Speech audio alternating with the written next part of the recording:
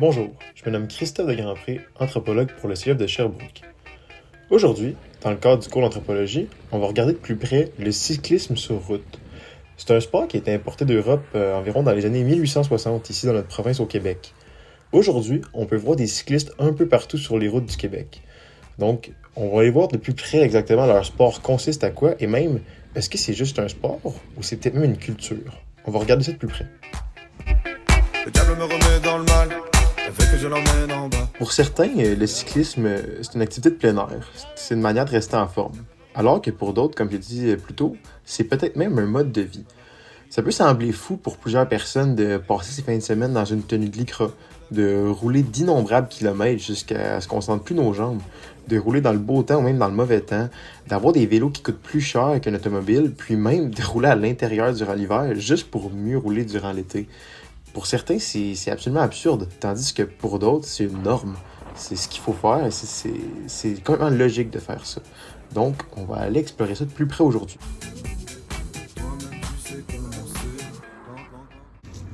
Afin d'avoir différents points de vue sur la réalité, on va aller questionner des gens qui pratiquent le vélo, puis d'autres qui pratiquent pas le vélo. Comme ça, on va avoir des opinions nuancées un petit peu sur la réalité, puis ça va nous permettre d'explorer ça de fond en comble.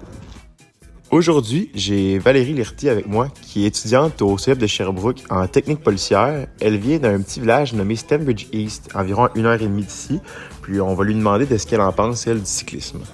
Valérie, j'aimerais savoir ce que tu connais du vélo, en fait, plus précisément du cyclisme sur route, puis qu'est-ce que tu en penses? Dans le fond, moi, un peu à Stanbridge, il y en a quand même une couple de vélos qu'on voit passer.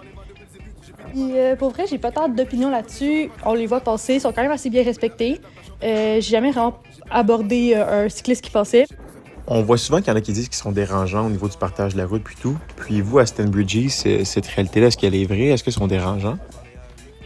Sincèrement, c'est vraiment une minorité, là. Oui, il y en a des fois qui sont comme un peu dérangeants, qui prennent la place sur la route ou quoi. Mais c'est vraiment une minorité. De manière générale, le monde sont assez respectueux quand ils sont en vélo. Est-ce que ça serait un sport qui t'intéresserait, toi, mettons, le vélo de route, ou pas du tout? Je pense que oui, de manière générale, oui, quand même. Ça m'intrigue un peu. Puis, je veux simplement savoir pourquoi ça t'intéresse. Ça m'intéresse parce que dans le fond, c'est un sport qui se pratique dehors, puis aussi on peut être en gang pour le faire. Ben, c'est tout c'est tout ce que j'avais comme question pour aujourd'hui. Fait que merci beaucoup, Valérie. Bonne journée. Maintenant, on va aller voir le point de vue des cyclistes sur le sport. Afin de mieux comprendre, je vais me rendre à la boutique de vélo Qui Roule, située sur la rue Gade à Sherbrooke. Là-bas, il y a beaucoup de cyclistes. La culture du vélo est vraiment importante. Fait qu'on va s'y rendre pour aller chercher de l'information des gens qui connaissent ça et qui pratiquent ça. Salut! Salut, je m'appelle Étienne Saint-Jean, je suis responsable à l'activation de marque et au marketing pour la boutique Qui Roule. Étienne, qu'est-ce qui te pousse à aller faire des rides de bike toute la fin de semaine avec tes amis? Genre, pourquoi t'aimes ça? Exactement. Pourquoi tu fais ça? C'est vrai que c'est une bonne question parce que quand tu regardes ça d'un point de vue extérieur, tu peux te dire c'est qui ces fous qui passent 8 heures à pédaler au gros soleil, avoir mal aux cuisses, avoir mal aux fesses sur une petite selle sodelage. Mais je pense que c'est une combinaison de facteurs qui se regroupent tous sous l'égide du fun. Juste parce que c'est vraiment plaisant, parce que c'est social, je peux être avec mes amis, faire de l'activité physique, me dépasser. J'adore aussi les superbes paysages que l'Estrie a à offrir. Fait qu'avec un vélo, je peux arpenter tout le territoire puis profiter de ces paysages-là. Mais au-delà de ça, juste faire du sport entre amis puis se dépasser, c'est probablement les raisons pour lesquelles je fais ça. Puis, pour finir, j'aimerais que tu me définisses le vélo de route en 3 mots. Vitesse, sensation, plaisir.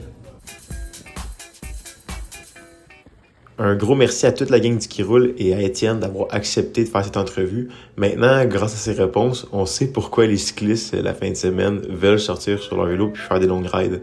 Puis j'avoue que de la manière comment Étienne a décrit, ça me donne aussi le goût d'essayer. En tout cas, c'est à voir. On peut dire que la réalité du cyclisme est quand même importante dans un point de vue anthropologique.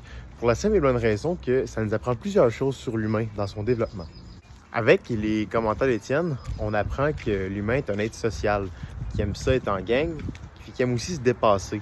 En fait, quand les cyclistes embarquent sur leur vélo, Étienne nous a dit qu'il y avait un certain aspect de dépassement de soi. Fait qu'on peut comprendre qu'ils cherchent à se pousser, à se dépasser, réaliser des meilleurs temps, mais aussi on apprend aussi que l'humain aime la nature. L'humain aime être dehors, il aime pas être enfermé en dedans. On apprend ça aussi lorsque Étienne nous explique qu'il aime arpenter tous les territoires de l'Estrie, qu'il tille de cette manière-là. Donc on apprend aussi que l'humain en soi, dans son évolution, il aime ça être dehors, puis le vélo, c'est une manière qui lui permet de rester dehors. J'ai déconné, j'aurais pas dû. Jamais de la vie.